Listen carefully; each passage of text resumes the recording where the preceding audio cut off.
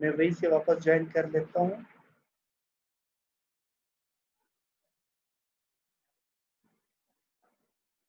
तो इस unit cell में मैंने आपको समझाया कि अगर यहाँ पर आप डेटा रखते हो और यहाँ से इनेबल इनपुट दे देते हो तो वो डेटा अंदर इसमें सेव हो जाता है और उसका कंप्लीमेंट यहाँ पे आपको नजर आता है। और अगर आपने अब डेटा को सेव ही रखना है और उसको चेंज नहीं करना है तो इनेबल वाले लाइन को क्या कर लो, 0 बना लो। 0 का मतलब यहाँ से लेकर यहाँ तक राब्ता खत्म हो गया, यहाँ से लेकर यहाँ तक राब्ता खत्म हो गया। जब इसका इस लाइन से यानी बिट्स लाइन से राब्ता खत्म हो जाता है तो अब ना यहाँ का डेटा बाहर जा सकता है ना बाहर से कोई डेटा आ सकता है। सो ये वाला लाइन जो है in fact this is enable line या जिसको वर्ड लाइन कहते हो। और आपकी मेमोरी में जब आप लोगों को अभी मैं समझाऊंगा तो आप इस लाइन के जरिए एक्चुअली एड्रेसिंग, जब आप कहते हो एड्रेस के जरिए आप इस लाइन को सिलेक्ट करते हो। जब आप इस लाइन को सिलेक्ट कर लेते हो तब आप इसमें राइट और रीड दोनों ऑपरेशन कर सकते हो। और जब आप इस लाइन को 0 बना लेते हो तो क्या हो जाता है, आप ना राइट कर सकते हो ना रीड कर सकते हो। तो इस सर्किट ये सर्किट एग्जैक्टली वर्क करता है जिस तरह डी लेच हमारा काम करता है, लेकिन ये भी डी लेच है जिसको हम लोगों ने ट्रांजिस्टर के जरिए बना लिया है।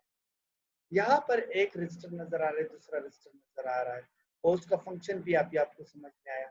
लेकिन इनफैक्ट जब आपकी आईसी फैब्रिकेट होती है वो यहाँ पे रजिस्टर की बजाय एक्टिव रजिस्टर लगाते हैं। एक्टिव रजिस्टर का मतलब क्या, किसी ट्रांजिस्टर के जरिए रजिस्टर बनाकर यहाँ पे लगाते हैं, क्योंकि उसके मैन्युफैक्चरिंग में रेजिस्टेंस बनाना जो है वो इजी नहीं होता।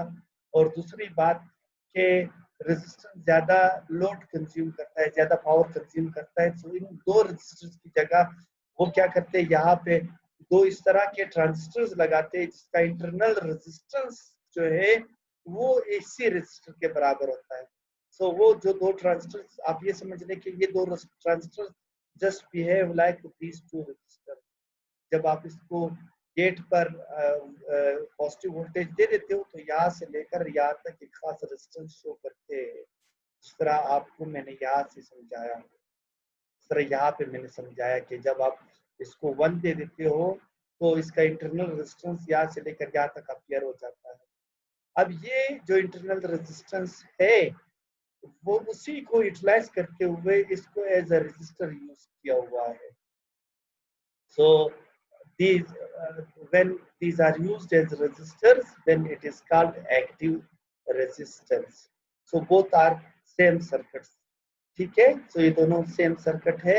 उसी तरह जिस तरह आप जो यहाँ पे डेटा एंटर करते हो, यहाँ पे डेटा का कंप्लीमेंट आ जाता है। और अगर आपने यहाँ पे अच्छा तो इनेबल लाइन यहाँ पे इस जगह पे दिया गया, इस तरह वर्ड लाइन यहाँ पे बिट सिलेक्ट का नाम दिया हुआ है।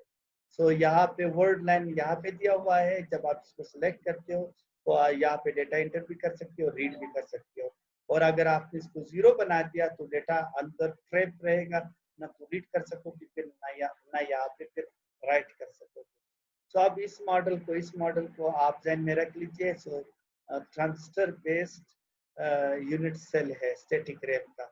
और जिससे पहले मैंने समझाया वो क्या था, वो डायरेक्ट डिजिटल फॉर्म में मैंने आपको जो स्टैटिक रैम का यूनिट सेल समझाया, इस तरह ये वाला है।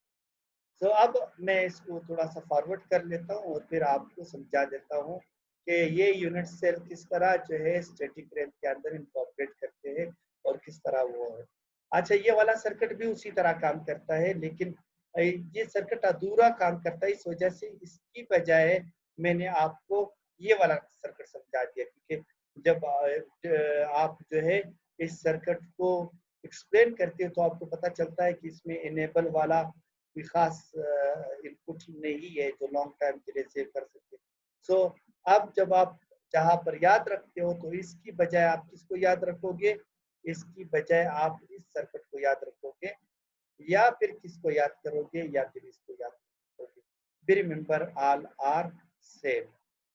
सो अब वो वाला जो डी लेक जो आप लोगों को मैंने समझाया वो बेसिकली कहाँ पे पड़ा हुआ है, इन डब्बों के अंदर पड़ा हुआ है। एक डब्बे में एक डी लेक यानी स्टैटिक रैम का एक यूनिट सेल। और ये क्या है, ये वाला उसका सेलेक्ट लाइन है, जो अभी मैंने बताया जिसको वर्ड लाइन का नाम देते थे, या डीलेज के अंदर इसको इनेबल का नाम जो हम लोगों ने दिया हुआ था वो ये वाला लाइन है। और ये वाला उसका डेटा लाइन है और ये वाला उसका क्यू लाइन है।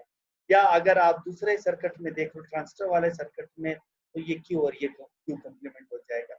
एनी हाउ अगर डी लेच वाले डिजिटल सर्किट में देख लो तो ये डेटा लाइन है और इसका। सो एनी हाउ अब आप क्या करते हो, जिस तरह आपने यहाँ पे देखा कि अगर आपने डेटा एंटर करना हो तो आपने क्या करना होता है, इसको इनेबल करना होता है, यानी इसको यहाँ पे 1 देना होता है। जब यहाँ पे 1 देते हो तो फिर आप यहाँ पे डेटा सेव कर सकते हो। सो इसी तरह आपने जब इस सेल के अंदर कुछ सेव करना हो तो आप सेल को यहाँ से सिलेक्ट करते हो, यानी 1 देते हो। फिर आपने डेटा एंटर करना है तो यहाँ से डेटा एंटर कर दिया,